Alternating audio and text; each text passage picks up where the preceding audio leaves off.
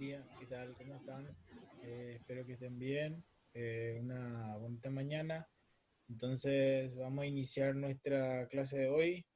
Hoy vamos a comenzar ya con algunas imágenes patológicas. Vamos a ir entrenando el ojo.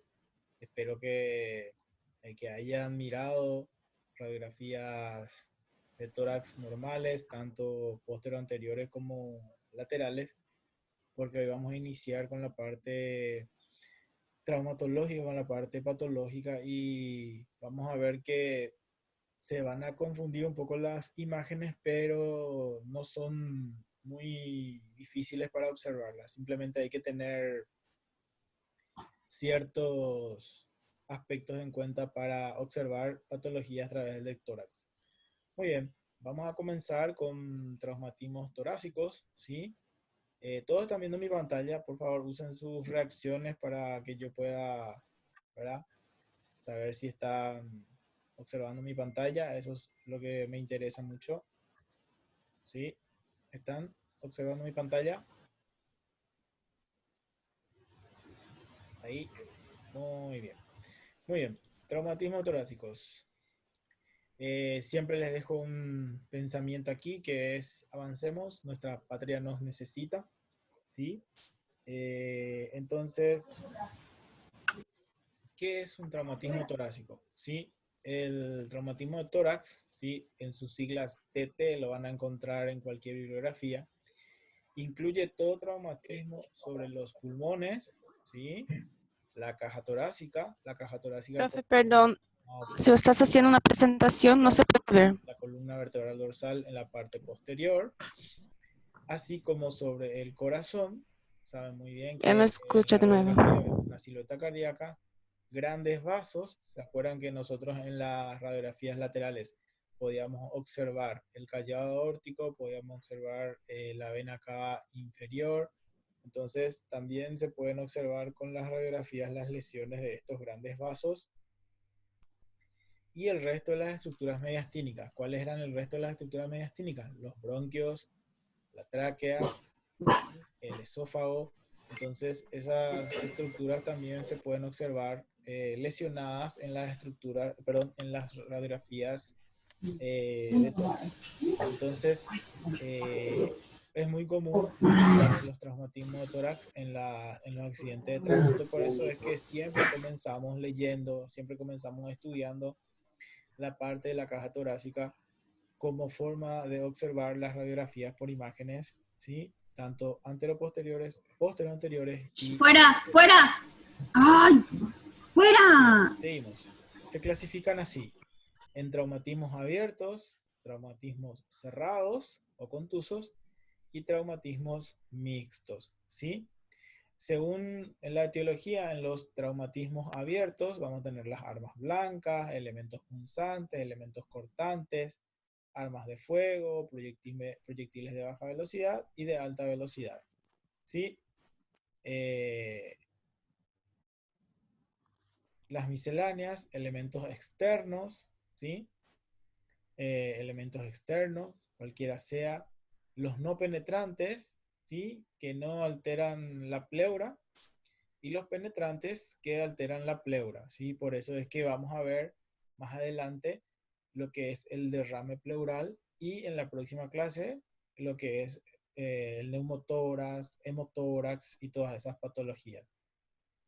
Y la perforante, ¿sí?, que es la que llega hasta la cavidad torácica o atraviesa nuestra parte blanda, ¿sí?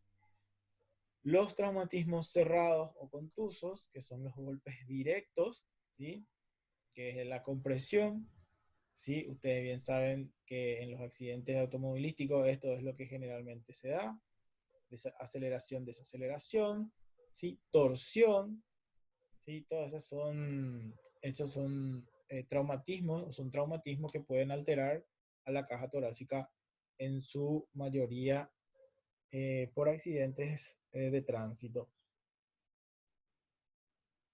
Los traumatismos mixtos, ¿sí? Esto es cuando las patologías ya son agudas, ¿sí?, que es lo que yo les hablé, como el hemotórax y las fracturas múltiples, ¿sí? Lo que hay que destacar aquí que estas afecciones, tanto la primera como la compresión endotorácica como el hemotórax, son generalmente de urgencia. Si son atenciones de urgencia, por eso es que hay que tratar de eh, llevar o auxiliar al paciente inmediatamente. Por eso también algunas veces las radiografías se realizan de forma equívoca o con alguna alteración en la técnica debido a su urgencia. Entonces eso es lo que hay que tener bien en cuenta siempre cuando nosotros vemos radiografías de tórax AP, PA o lateral en este tipo de alteraciones. Muy bien, vamos a seguir. Bueno, para nosotros es importante la semiología, ¿sí? La semiología. Pero acuérdense de algo y es lo que siempre voy a repetir en todas las clases. Cuando nosotros realizamos un estudio o una lectura visual de una radiografía de tórax, lo primero que siempre tenemos que hacer es realizar la semiología del paciente, no la semiología radiológica, sino la semiología médica. ¿En qué se dividía en esa semiología médica? En inspección, palpación, percusión y auscultación. Ustedes dentro de lo que es la cátedra de UTI, ¿verdad? Ustedes observan, ven, desarrollan cómo se realiza todo ese tipo de semiología, de evaluación del paciente. Y eso es lo que se hace primero antes de hacer una semiología radiológica. ¿Sí? Dentro de la semiología radiológica podemos encontrar estructuras parietales que están afectadas. Por ejemplo, fracturas costales, que es lo que vamos a ver hoy, fracturas del esternocleidomastoideo, ¿sí? Fracturas del esternocleidomastoideo se pueden observar, ¿sí? Contusión simple de tórax, compresiones torácicas, heridas no penetrantes, hernia diafragmática traumática, ¿sí? Eh, Estas son las lesiones a nivel parietal, ¿sí? Que nosotros podemos observar con una semiología radiológica. Nosotros nos vamos a concentrar en las fracturas costales hoy, ¿sí? Que es nuestro tema de hoy. Dentro de las estructuras pleurales que se pueden, qué tipo de afecciones se pueden encontrar, que son los neumotórax, los hemotórax y los hemoneumotórax, ¿sí? Dentro de esto tenemos que mencionar también lo que es el quilotórax, ¿sí? Lo que es el quilotórax. Entonces vamos, de acuerdo al derrame pleural, de acuerdo al líquido que uno encuentra dentro de la cavidad pleural, es lo que se denomina si es un neumotórax, si es un kilotórax, si es un hidrotórax. Entonces, esas son las especificaciones que ustedes tienen que tener en cuenta para definir si están o no frente a una patología de derrame pleural o un neumotórax, ¿sí? Pero son afecciones de la pleura que nosotros tenemos que conocer. También la semiología radiológica nos puede brindar información sobre las estructuras broncopulmonares. Por ejemplo, las atelectasias, ¿sí? Que vamos a ver también, que vamos a ver cómo se observan en las radiografías, ¿sí? Eh, Miren que hay muchísimas patologías que se pueden ver a nivel broncopulmonar que no podemos observar todas, pero vamos a clasificarlas a medida que pasan las clases para poder observar la mayor cantidad de ellas. Por ejemplo, el enfisema pulmonar también vamos a estudiarlo, ¿sí? Entonces, entre las afecciones pues, vamos a aprender también las neumonías, ¿sí? Los pacientes, o sea, las alteraciones de pacientes con EPOC, también vamos a aprender, vamos a observar para que nosotros tengamos una diversidad en lo que respecta a la lectura de las radiografías posteroanteriores, anteroposteriores y laterales de tórax. ¿Sí? Otras estructuras en la cual nosotros debemos hacer una semiología radiológica son las mediastínicas, ¿sí? Que en este caso son las lesiones de grandes vasos, ¿sí? Por ejemplo, la rotura aórtica, las lesiones cardíacas, del esófago o la traqueobronquial, como les dije, que son las otras estructuras mediastínicas que nosotros podemos observar. ¿Se acuerdan ustedes? En la radiografía lateral podíamos ver el bronquio principal derecho, el bronquio principal izquierdo, el trayecto de la tráquea, ¿sí? Podíamos observar el ventrículo derecho, ¿sí? El ventrículo izquierdo, la aurícula izquierda. Entonces, son estructuras que nos brindan información para ver si hay anormalidades dentro de lo que es la caja torácica. Y las lesiones vertebromedulares, que son los aplastamientos y fracturas de los cuerpos vertebrales y lesiones medulares, que lo vamos a ver en el apartado de fracturas y luxaciones de la columna vertebral, ¿sí? Pero como forman parte de la caja torácica, siempre lo nombramos en esta parte de la semiología radiológica. Lo que no vamos a ver es el pulmón de la persona ahogada, porque evidentemente nosotros ya no podemos tratar este tipo de pacientes. Entonces, no somos anatomopatólogos, ¿verdad? Entonces, no necesitamos conocerlo. Ahora, si ustedes quieren profundizar y quieren conocer y quieren averiguar cómo se observa, pues les invito a que lo hagan y aprendan cada vez más sobre lo que es observar la caja torácica a través de los estudios radiológicos comunes, simples, ¿verdad? Sin medio de contraste, sin otras cosas. ¿Está bien? Entonces, eso es lo que nosotros vamos a ver, tenemos que observar cuando hacemos una semiología radiológica. Muy bien, seguimos. Las lesiones con escaso riesgo de muerte, ¿sí? ¿Por qué ponemos con escaso riesgo de muerte? Porque son los pacientes que generalmente nosotros vamos a tratar, ¿sí? Aquellas patologías con alto índice de muerte, generalmente ya no vamos a llegar a ellos, pero sí tenemos que conocer esta parte para que tengamos la mayor diversidad con lo que respecta a a la, a la patología de tórax.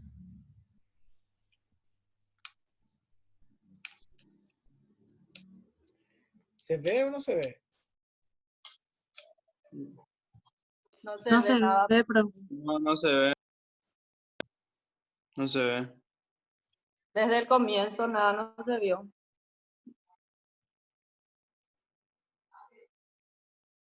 ¿Ahí? ¿Ahí se ve? Ahora sí, Ok. ahora sí. ¿Sí? Ya está. No hay problema. Acuérdense que Sí. yo les voy a pasar estas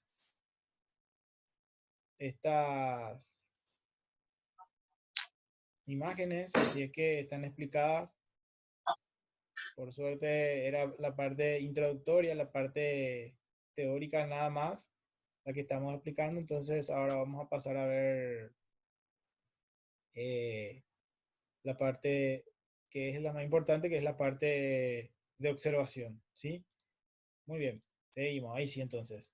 Lesiones con escaso riesgo de muerte, ahí nos quedamos, ¿sí? Bueno, son generalmente los que nos van a llegar como parte de nuestro tratamiento. Por ejemplo, los neumotórax simples, ¿sí? Los hemoptoras, las fracturas costales, que es lo que vamos a ver inmediatamente, las contusiones de la pared torácica, la asfixia traumática, la embolia gaseosa y la ruptura del conducto torácico.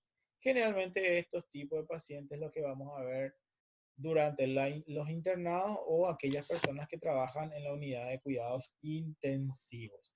Sí, esos son los tipos de pacientes, las afecciones generales que vamos a ver en la radiografía de tórax. Obvio, también están aquí los pacientes con atelectasia, los pacientes con neumonía, los pacientes con derrame pleural, las personas con EPOC, ¿sí?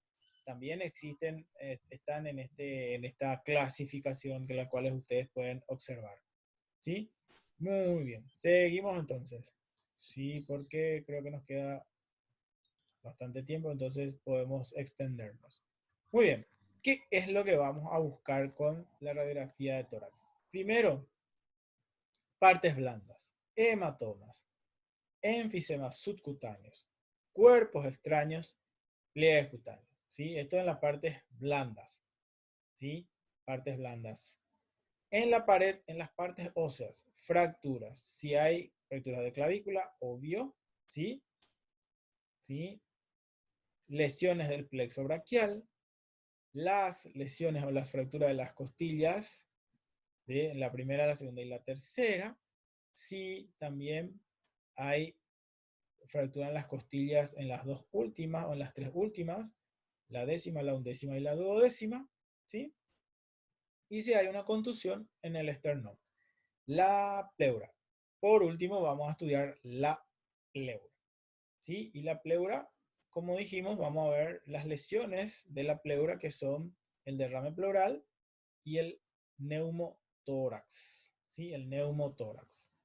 Y luego vamos a ver algo que se llama hemotórax, también hemo viene de sangre, ¿sí? Porque es un derrame pleural, que no se debe evaluar en decúbito dorsal, ¿sí? No se debe evaluar porque cuando nosotros ubicamos al paciente en decúbito dorsal, o sea, boca arriba, ¿sí?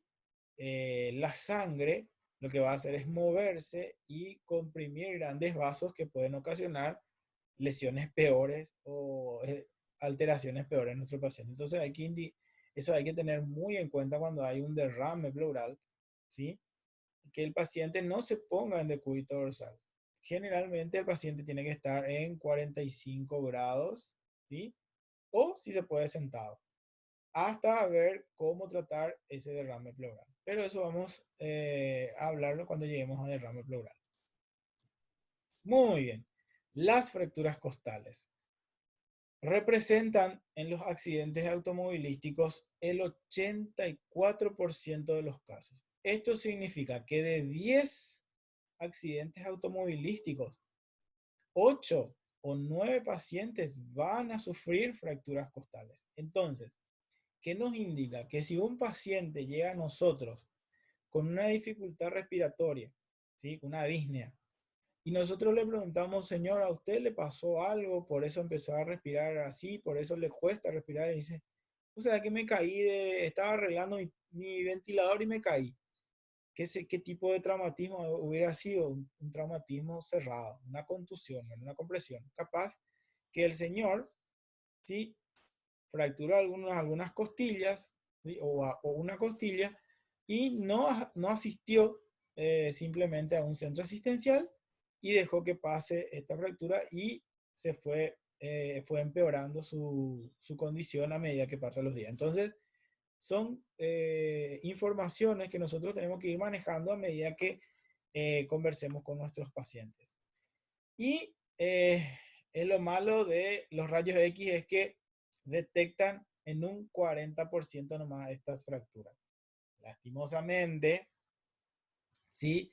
El estudio radiológico, que es la primera línea de defensa dentro de lo que es las imágenes, en este tipo de alteraciones, que son las fracturas costales, lastimosamente, ¿verdad? Solamente lo detectan en un 40%. Pero igual nosotros tenemos que saber leerla, tenemos que conocer que podemos observar fracturas costales con radiografías simples. La utilidad generalmente es para detectar neumo o hemotórax y cualquier lesión pulmonar, ya sea un enfisema, ¿sí? O un hematoma. Pero igual tenemos que conocer y tenemos que saber que las fracturas costales podemos observar con radiografías y debemos de buscar. Si estamos frente a un paciente con antecedente de accidente automovilístico, debemos sospechar simplemente una fractura costal y buscarla atentamente. Aquí no hay ninguna fractura, es simplemente un ejemplo. Muy bien, seguimos. Y ahora sí vamos a comenzar con las lesiones que nosotros vamos a buscar. ¿Sí? Primero vamos a definir lo que es una fractura. Ustedes bien saben, por semiología, que la fractura es la solución de continuidad de un hueso. ¿Y qué significa solución de continuidad? Que lo continuo de ese hueso está quebrado. Por eso se llama la fractura solución de continuidad. Muy bien.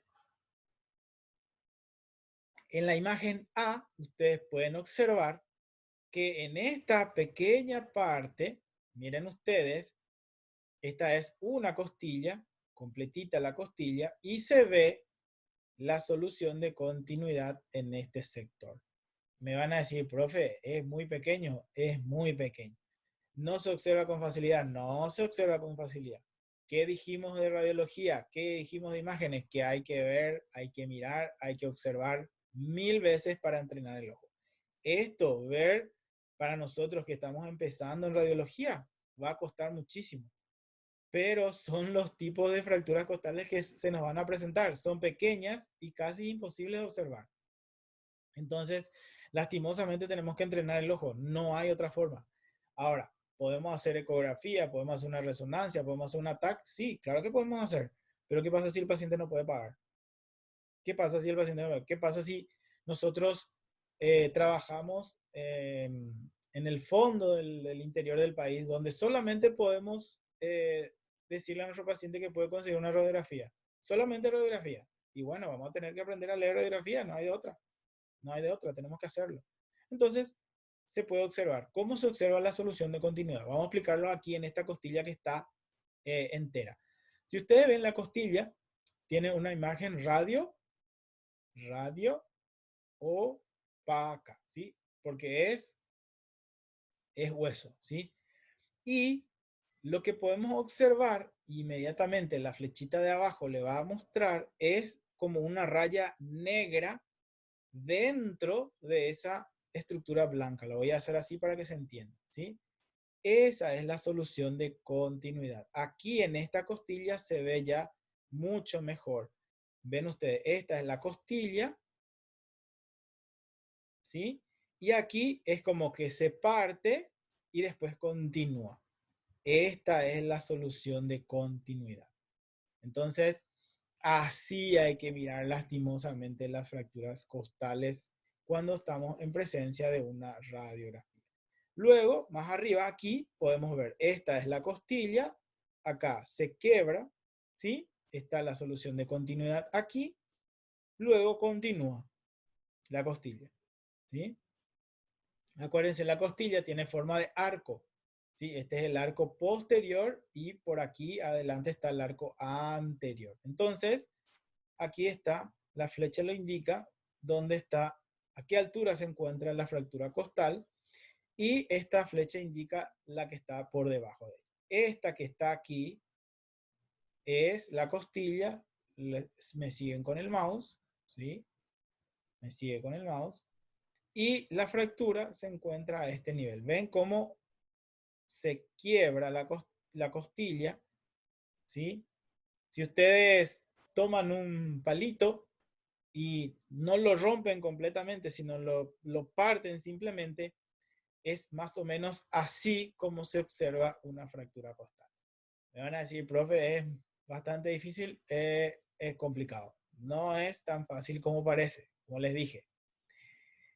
Por eso es que nosotros tenemos que entrenar nuestro ojo en observar radiologías normales de tórax posteroanteriores, anteros posteriores y laterales. Todo lo normal posible que nosotros podamos observar, lo observamos, ¿sí? Para que después estas imágenes que son patológicas, que son anormales, se nos pueda saltar y relevar a la vista, ¿sí? Muy bien, seguimos.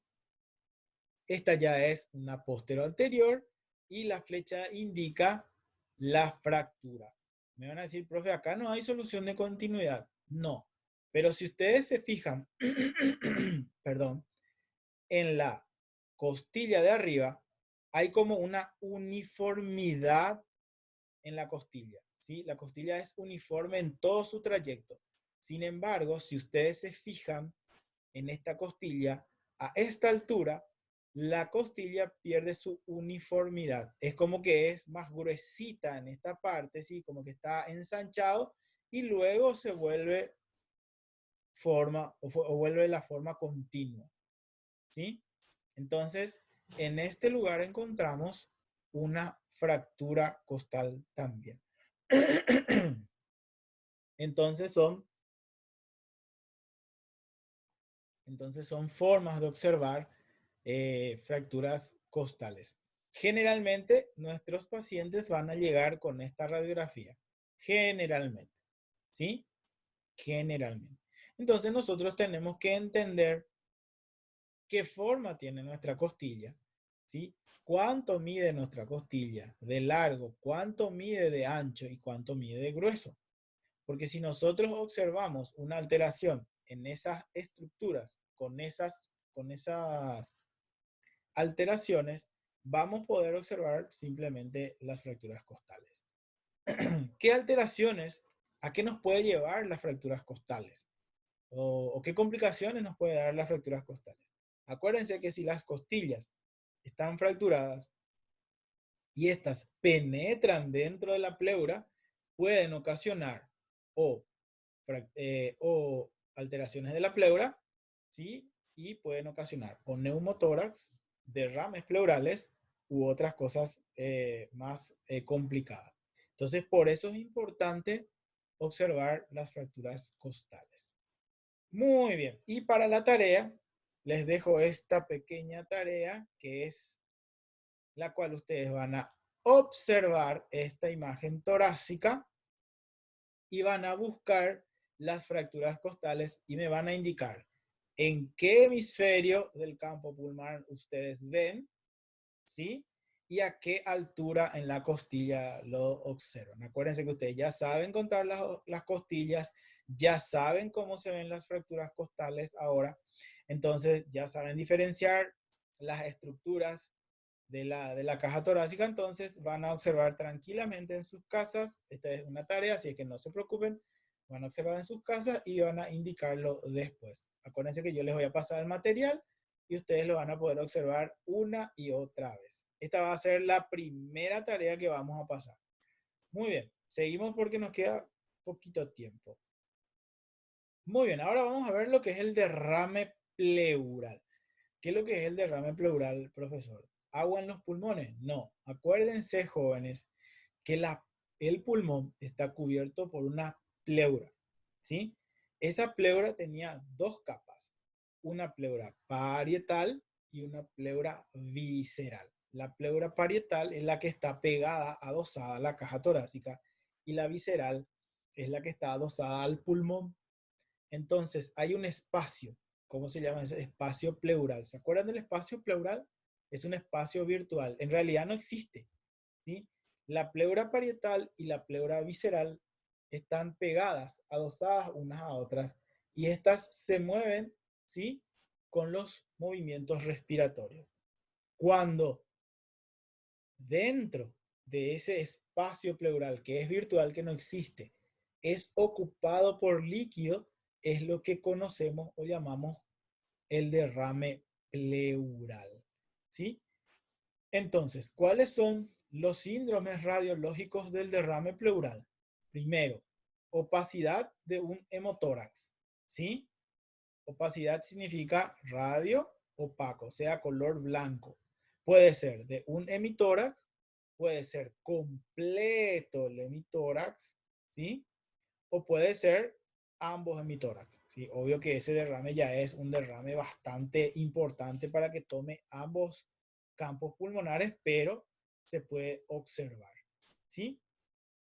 Otro signo radiológico que vamos a buscar es la desviación contralateral del corazón y la tráquea. Acuérdense que si el derrame pleural, ¿sí?, está en el lado en el lado de mi tórax izquierdo, va a desplazar a la silueta cardíaca, ¿sí?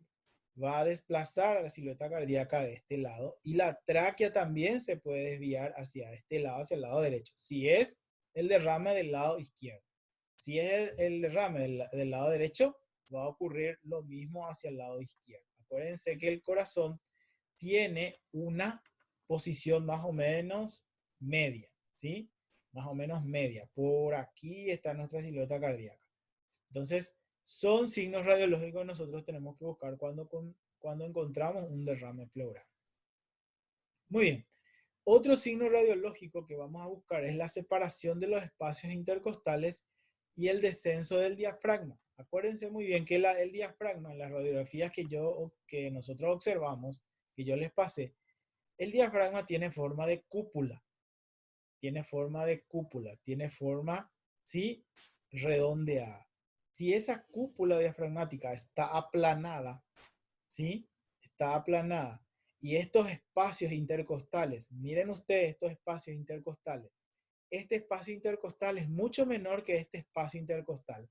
Entonces, si esos están alterados y hay un aplanamiento de la curva de la cúpula diafragmática, también es un signo radiológico que nos está diciendo o que está presente un derrame pleural.